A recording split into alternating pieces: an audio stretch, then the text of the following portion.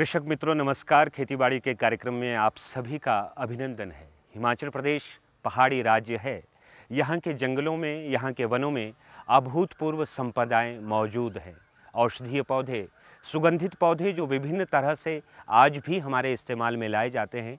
इन पौधों को पहचानें कैसे, इन पौधों का महत्व क्या है, इन पौधों को हम कहाँ से प्राप्त कर सकते हैं और प्रदेश के किसान बागवान यदि औषधीय पौधों का उत्पादन करना चाहते हैं उसका क्या तरीका होगा। आज के कार्यक्रम में हम ये विस्तृत चर्चा करेंगे डॉक्टर भूपेंद्र दत्ता से और जानेंगे औषधीय एवं सुगंधित पौधों का महत्व। डॉक्टर दत्ता, हिमाचल प्रदेश के किसान बागवान आपसे जानना चाहते हैं कि हिमाचल प्रदेश में बहुतायत कौन कौन से औषधीय एवं सुगंधित पौधे पाए जाते हैं।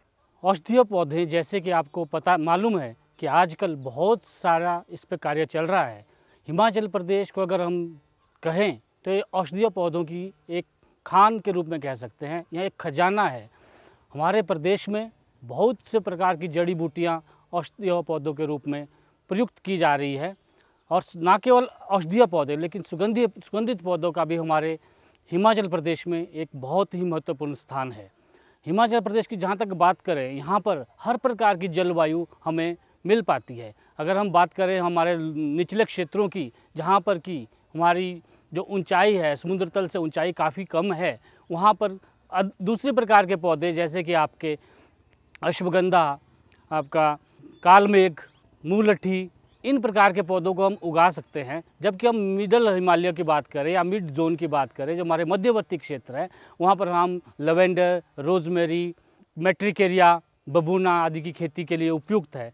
जब सबसे महत्वपूर्ण बात है कि हमारे ऊंचाई वाले क्षेत्र, जो हमारे बहुत ऊपर जहाँ पर बर्फ़ से ढके रहते हैं, इन क्षेत्रों में हमारे कुछ दुर्लभ जड़ी बूटियाँ पाई जाती है जो कि आजकल विलुप्त होने के कागार पर है। जैसे कि हमारे अतीश, पतीश, चोरा है, सालम पंजा है, पुष्कर मूल है, इसके अतिरिक्त हमारे पतराला है। तो इसके विभिन्न प्रकार की जड़ी बूटियाँ जो आयुर्वेदा में जो आजकल विलुप्त होने का अष्टवर्गा ग्रुप की हमारे हर्ब्स है और सुगंधित पौधे हैं, ये हमारे ऊंचाई वाले क्षेत्रों में पाए जाते हैं, जिनका कि अति महत्वपूर्ण स्थान है हमारे औषधीय क्षेत्र में। और ये औषधीय पौधे के लिए हमारा जो जलवायु है वो बहुत ही महत्वपूर्ण है, जबकि हम अन्य प्रदेशों की अपेक्षा इसको देखें तो। डॉक्टर दत्ता, आपने बताया हिमाचल प्रदेश में वन क्षेत्रों में विभिन्न तरह के औषधीय एवं सुगंधित पौधे पाए जाते हैं, लेकिन इन पौधों की पहचान हमारे किसान बागवान साथी कैसे कर सकते हैं? ये सबसे महत्वपूर्ण सवाल यही है कि इन पौधों का पहचान कैसे करें, कौन सा पौधा हमारे लिए सबसे ज़्यादा उपयुक्त है और ये कहाँ पर मिल सकता है। ये अति महत्वपूर्ण प्रश्न है जिसके लिए हमें हमारे जो विश्वविद्यालय है ये कार्य कर रहा है। हम जो क्या करते हैं कि खेतों से या जंगलों से हम इन जड़ी बूटियों को लाते हैं और इन जड़ी बूटियों को यहाँ पर पहचान कराई जाती है। हमारा जो विभाग है, वन उत्पाद विभाग, यहाँ पर हमारे जो वैज्ञानिक है इन जड़ी बूटियों को, इन पौधों को ला करके इनकी सही पहचान करते हैं। हमारे पास विभिन्न प्रकार के जड़ी बूटियों का यहाँ संग्रहालय भी है जिससे हम इनको कंपेयर करते हैं और तत्पश्चात इसकी सही पहचान के बाद हम किसानों को इसके बारे में बताते हैं कि यह पौधा इस रूप में आप इसको यहाँ लगा सकते हैं और ये पौधा कहाँ पर मिल सकता है और कैसे इसको उगाया जा सकता है। और इसके बारे में जो भी जानकारी कोई किसान भाई हमसे मांगता है हम उसे प्रदान करते हैं। डॉक्टर दत्ता, हिमाचल प्रदेश के किसान बागवानों को औषधीय पौधों का उत्पादन करना चाहिए, लेकिन बागवान किसान जानना चाहते हैं कि क्यों वो औषधीय पौधों का उत्पादन करें। क्या यदि वो इस उत्पादन से जुड़ते हैं तो लाभ में रहेंगे? सुगंधित औषधीय पौधों का आजकल बहुत ज़्यादा बोलबाला है, क्योंकि इसकी मांग ना केवल हमारे देश में, विदेशों में भी दिन प्रतिदिन बढ़ती जा रही है। लेकिन इसके साथ परेशानी यह है कि हम इसको जितने इसके बारे में जानकारी चाहिए या मटेरियल की जो उपलब्धता होनी चाहिए, जो इसकी डिमांड है, मांग है, उसको पूरा करने में सक्षम नहीं है। अभी तक जो भी जड़ी बूटियाँ का दोहन जो है हमारे जंगलों से किया जा रहा है, लगभग 95% जड़ी बूटियाँ जो है जंगलों से ही आ रही है, जबकि लगभग 5% हम खेतों में उगा रहे हैं। तो प्रश्न यह उठता है कि किस प्रकार से इनकी मांग को बढ़ाया जा सके, इसके लिए हमें इनको खेती बाड़ी करना अति आवश्यक है। तो इनको अगर हम ठीक प्रकार से उगाएं और हमारे पास इनकी मांग पूरी करने की हो तो इसके एक आय का अतिरिक्त साधन बन सकता है। जैसे कि हम आजकल बात करते हैं आपकी फसल की विविधता की, क्रॉप डाइवर्सिफिकेशन की एक बात चली है, तो किस तरह हम विभिन्न प्रकार के पेड़ पौधों के साथ औषधीय पौधों को भी अगर लगाएं तो एक अतिरिक्त आय का साधन बन सकता है। और इसके लिए हमें खेतों में इनको उगाना पड़ेगा, लेकिन इसके लिए जो कुछ शर्तें हैं जो हमारे विश्व व्यापार संगठन ने लगाई है, जैसे कि ये अब जो भी पौधा मार्केट में बेचा जाएगा या जिसकी मांग है उसको खेतों से उगाया जाना चाहिए और इसमें कोई विषैला तत्व नहीं होना चाहिए और ये ऑर्गेनिकली जैविक विधि से उगाया जाना चाहिए। तो ये कुछ ऐसी शर्तें हैं जिसको पूरा करना पड़ेगा, तभी इसके द्वारा हम अतिरिक्त आय प्राप्त कर सकते हैं। डॉक्टर दत्ता, ग्रामीण क्षेत्रों में जब किसान बागवानों से मिलते हैं तो वो यही कहते हैं खेतों में बहुत परिश्रम किया था, बहुत मेहनत की थी, लेकिन जंगली जानवरों ने सारी फसल को तबाह कर दिया। आपका क्या परामर्श है? यदि प्रदेश के किसान बागवान औषधीय पौधों का उत्पादन करते हैं तो जंगली जानवरों की समस्या से भी उन्हें निजात मिलेगी और अच्छा धन भी वो कमा लेंगे। आपका क्या मानना है? बंदरों की समस्या निरंतर बढ़ती जा रही है और हमारे को एक बंदर से जो निजात दिलाने के लिए औषधीय पौधा एक विकल्प के रूप में हो सकता है, क्योंकि औषधीय पौधों पे मैं सभी औषधीय पौधों की बात तो नहीं करूंगा, लेकिन कुछ औषधीय पौधे हैं जिन पे अभी तक बंदरों का प्रकोप नहीं देखा गया है और बंदर इनको खराब नहीं करते हैं। जैसे हमारा एक जंगली गेंदा है, थोड़ा मिड हिल का पौधा है, आपका मध्यवर्ती क्षेत्र में यह पैदा होता है और सुगंधित पौधों में आता है और इससे जो हमारा तेल जो है, हमारा सुगंधित तेल निकलता है, इससे एक अच्छी आय प्राप्त की जा सकती है हमारे इसको अगर उगाए। और बंदर इस पौधे को किसी प्रकार से हानि नहीं पहुंचाते हैं और ये पौधा आराम से उगाया भी जा सकता है। इसी प्रकार कुछ अन्य पौधे भी, औषधीय पौधे, अगर हम इनको खेती को बढ़ावा दें और लगाया जाए और छोटे स्तर पे अन्य फसलों के साथ किया जाए तो इनकी बंदरों से भी निजात पाई जा सकती है और बंदर का इस पे प्रकोप काफ़ी कम होता है। डॉक्टर दत्ता, हिमाचल प्रदेश के किसान बागवान जो औषधीय पौधों के उत्पादन से जुड़ना चाहते हैं, उनके मन में एक शंका है, यदि वो औषधीय पौधों को उत्पादित करते हैं तो मार्केट की, विपणन की क्या व्यवस्था है? मार्केटिंग व्यवस्था, जो इसका विपणन से संबंधी कुछ समस्याएं हैं। समस्या इस प्रकार से है कि हमारे पास इस वक्त औषधीय पौधे की उपलब्धि जितनी मांग के मुताबिक नहीं है। दूसरी बात आती है गुणवत्ता।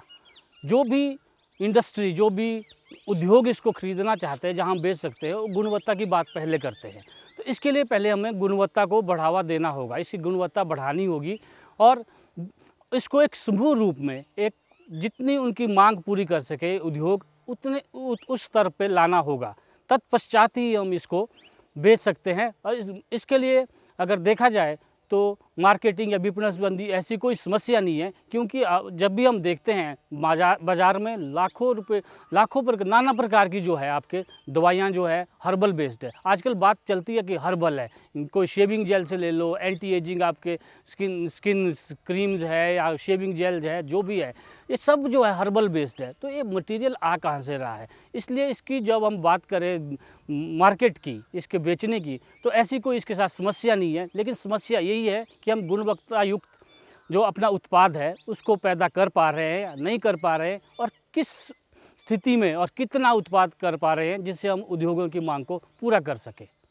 प्रदेश के किसान एवं बागवान साथी जो इस उत्पादन से जुड़ना चाहते हैं, औषधीय सुगंधित पौधों को उगाना चाहते हैं, यदि उन्हें प्रशिक्षण की आवश्यकता हो, यदि वो कोई जानकारी लेना चाहते हैं, तो उन्हें कैसे औषधीय पौधों के बारे में जानकारी मिल सकती?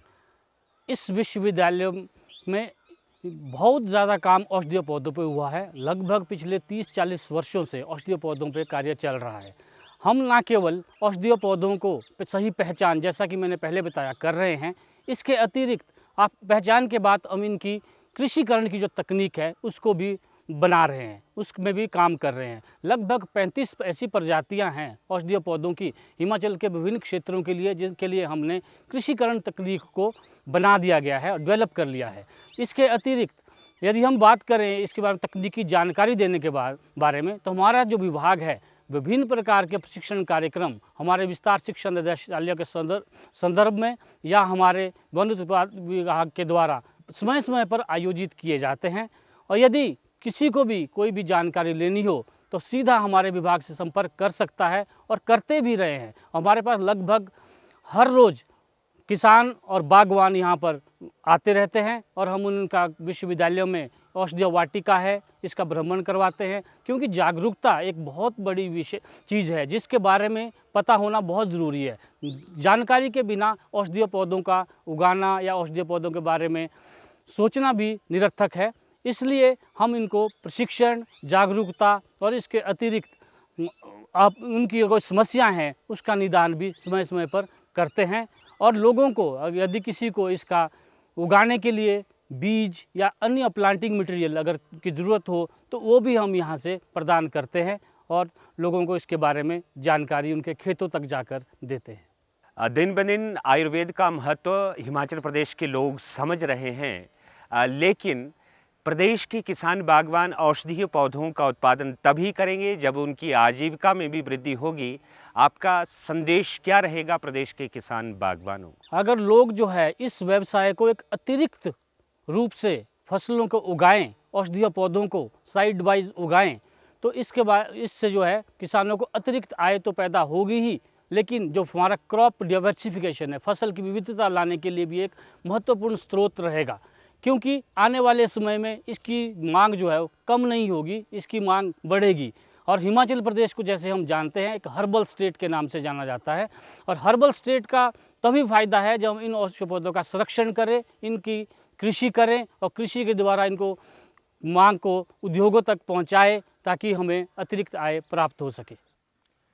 आज के कार्यक्रम में औषधीय पौधों का क्या महत्व है ये हमने जाना।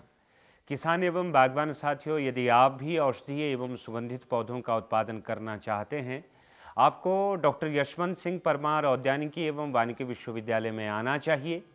यहाँ पर डॉक्टर भूपेंद्र दत्ता ने ये बताया समझाया कि विभिन्न तरह से प्रशिक्षण शिविरों के माध्यम से हिमाचल प्रदेश के किसान बागवानों को औषधीय पौधों के उत्पादन के लिए प्रेरित किया जा रहा है। इन औषधीय पौधों का इस्तेमाल हम बहुतायत अपने जीवन में करते हैं, दिनचर्या में करते हैं।